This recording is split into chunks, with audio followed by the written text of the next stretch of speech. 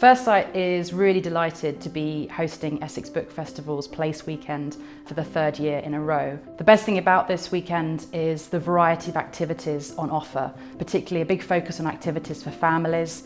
The Book Festival provides a really diverse range of activities that any child, regardless of their perceived ability and interests, can hook into and engage with. And for us, the quality and the quantity and the scope of the Book Festival activities means that we can confidently encourage children to come along and try something that they might not have been brave enough to try before.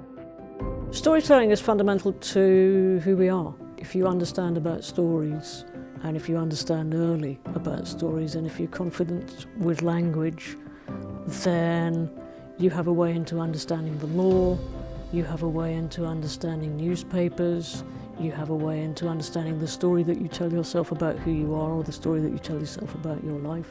And it gives you ways of practicing who you're going to be, which is why it's so nice for young people.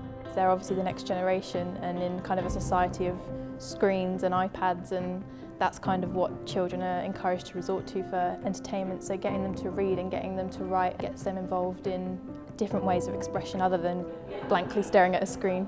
The book festival was a platform to most of our families to get involved in things which they used to do back home, and rarely do they get to do them. Kind of a way of enhancing also the social skills for our youth, or engagement also with the bigger community. Place is absolutely central because it is how we as people change the land, nature, the landscape. One of the things that is important about somewhere like Essex is that it has a national identity that doesn't fit with the local one. Wonderful landscapes, interesting people doing different things, challenging accepted norms.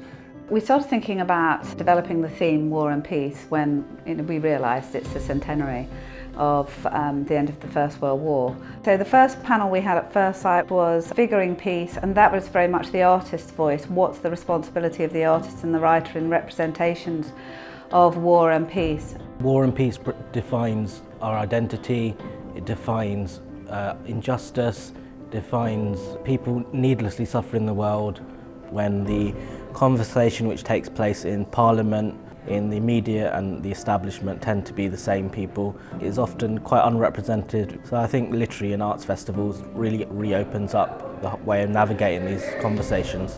One of the first people who are going to get politically pressured are writers who are telling stories of bad things that happen in war or bad things that happen politically. Writers tend to be the ones that get arrested, that get executed. So you've got quite an international justice-based viewpoint. Literature and arts can provide a more imaginative way beyond thinking of just black versus white or territorially. It can help humanise people who are dehumanised. It can help people who are oppressed. It creates forms of solidarity and new ways of creating new forms of conversation.